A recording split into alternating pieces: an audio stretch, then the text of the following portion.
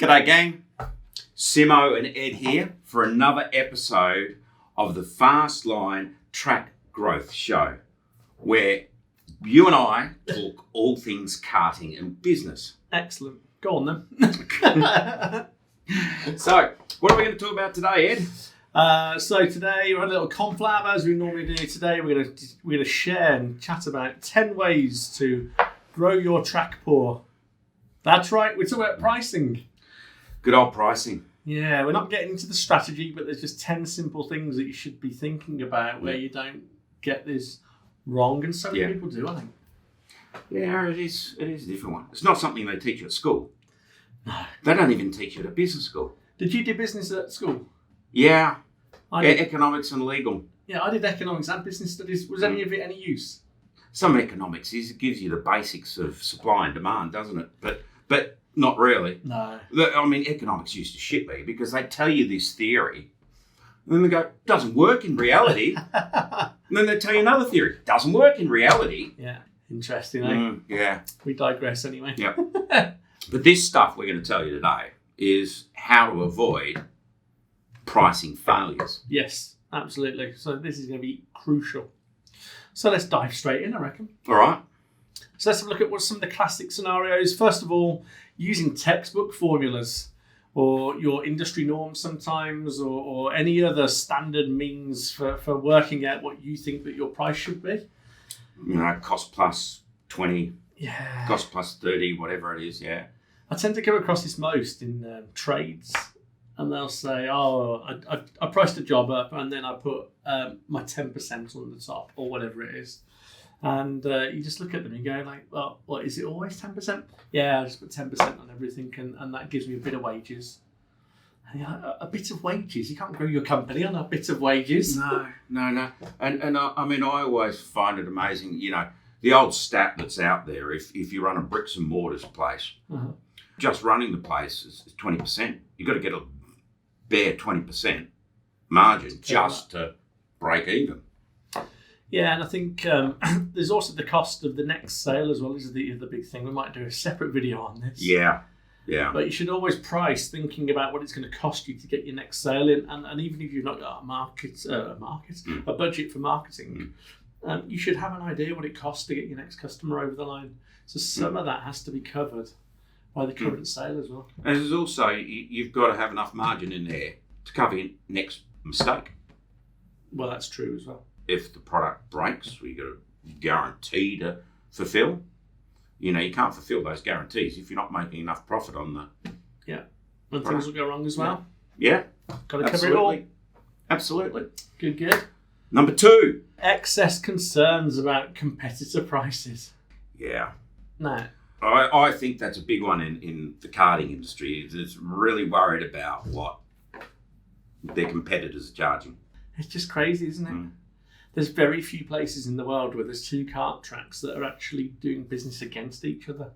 So the reference, certainly in go-karting, does not apply in any shape or form. So it's got nothing to do with what you think your competitors are charging. It's got everything to do with what you're going to deliver for them and how you deliver that. Absolutely. So, and you're just stacking the value. Yeah, absolutely.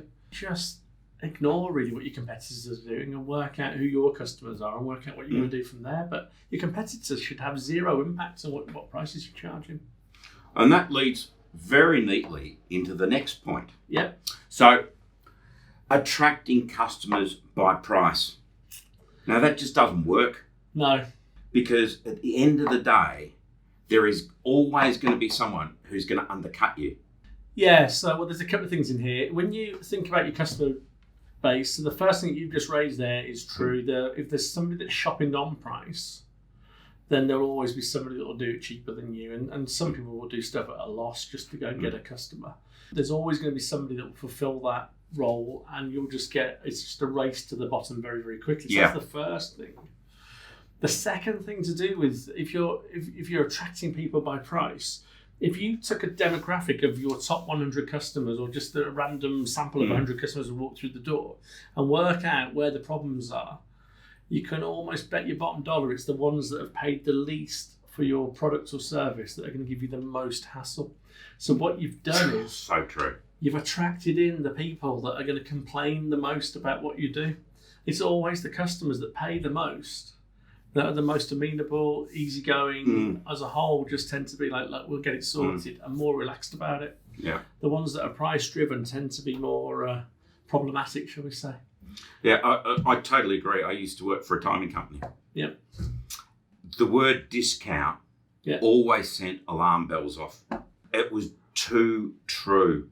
The people who wanted that discount and really haggled for that discount were always the ones that caused the most trouble.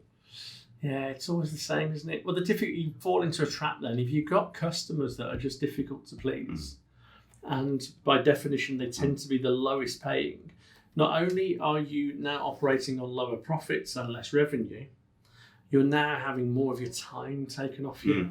So now you're starting to pander to people that need lots and lots of your time, and that's going to cost more and more as you go through. So it becomes a ever decreasing circle that's only heading one way.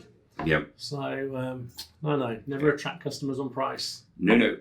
So we're down to 4 now. Yeah. So it is predetermined beliefs what the customer will pay. Yeah.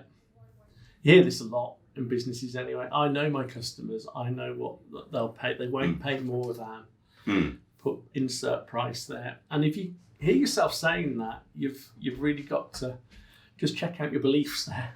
Yeah. Get it questioned, get a fresh set of eyes on the business, get somebody talking to you about what it is you're delivering, and really do work out what somebody will actually pay for your services. There's all sorts of people out there that make a lot of money doing stuff that you just wouldn't get your head around. No, you don't just offer a go-kart ride, because that's just price. You've got to offer that whole experience. Yep. Pander to the customers' wants, demands, needs, problems they're trying to solve. Yep. And it's not what you think, as we've discussed in other videos. When you went down to that track, you didn't go down to race karts against each other. Yep. You actually went down to get your clients to interact and talk to each other. Yeah. Now, I bet you there's very few go-kart track owners out there who would have even thought that. I mean, I didn't think that. Well, yeah, and even worse than that, after we finished go-karting, the bar wasn't very well manned, so they didn't get much. They could have had a lot more money off me that day. And then we went for food. Well, if the kart track owner had asked me, they could have bundled up a price, got a catering firm in. Just they've got the tables, they've got the chairs, they've got the space, they've got me there already, they've already got my credit card. It would have been so easy to just go and bundle that on, and then the conversation around what will they pay was still a heck of a lot more than most people would think that it would be. And then rather than 500 quid that you paid for the experience, you might have paid 1,000. Well, yeah, I'd have comfortably gone up to about £1,800, £2,000, without even thinking about it. And I think that would have, it was way more than I paid them. You'd be surprised what they'll pay. Yep. Okay, number 5. Allowing apples for apples comparison. This is an absolute killer. This cropped up on LinkedIn the other day. Did it? Yeah. Somebody had posted on there. So I don't know if you know what LinkedIn is. Most of you will, I'm sure, but it's a business-to-business sort of platform, a bit like Facebook. If you don't know what Facebook is, I'm not going to explain that one. So it's like networking for businesses. And somebody on there said, I've just had a customer come and say that they're at a better price from their competitor.